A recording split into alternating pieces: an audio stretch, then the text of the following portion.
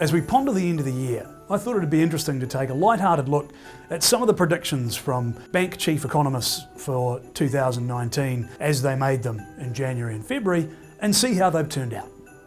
So the number one prediction is GDP growth in New Zealand.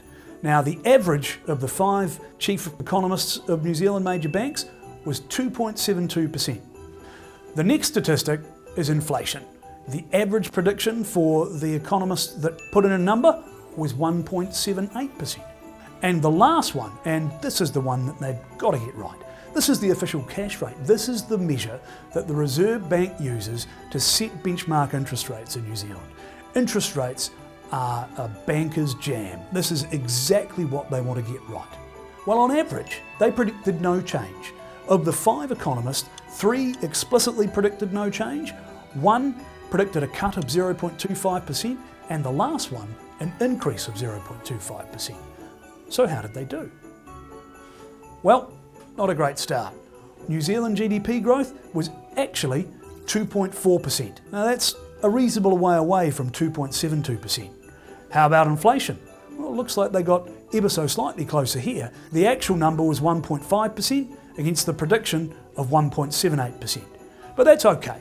Like I said, interest rates. Now that's a bank's jam. They're bound to get that one right, aren't they? Afraid not. As it happens, this is the one they got most wrong. Not only did they get it wrong, they got it directionally wrong. Only 1 out of the 5 predicted that interest rates would go down. Interest rates actually fell by 0.75%.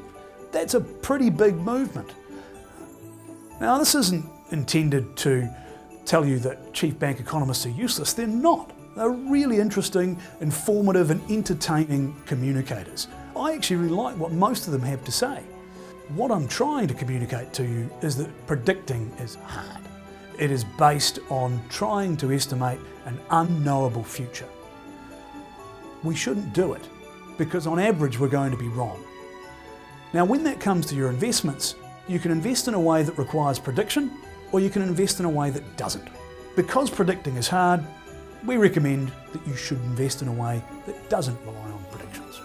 My prediction for 2020 is that in January and February of next year, there's going to be a whole lot of predictions by chief bank economists that are going to prove wrong by the end of the year. Happy holidays, everyone. I look forward to updating you again in 2020.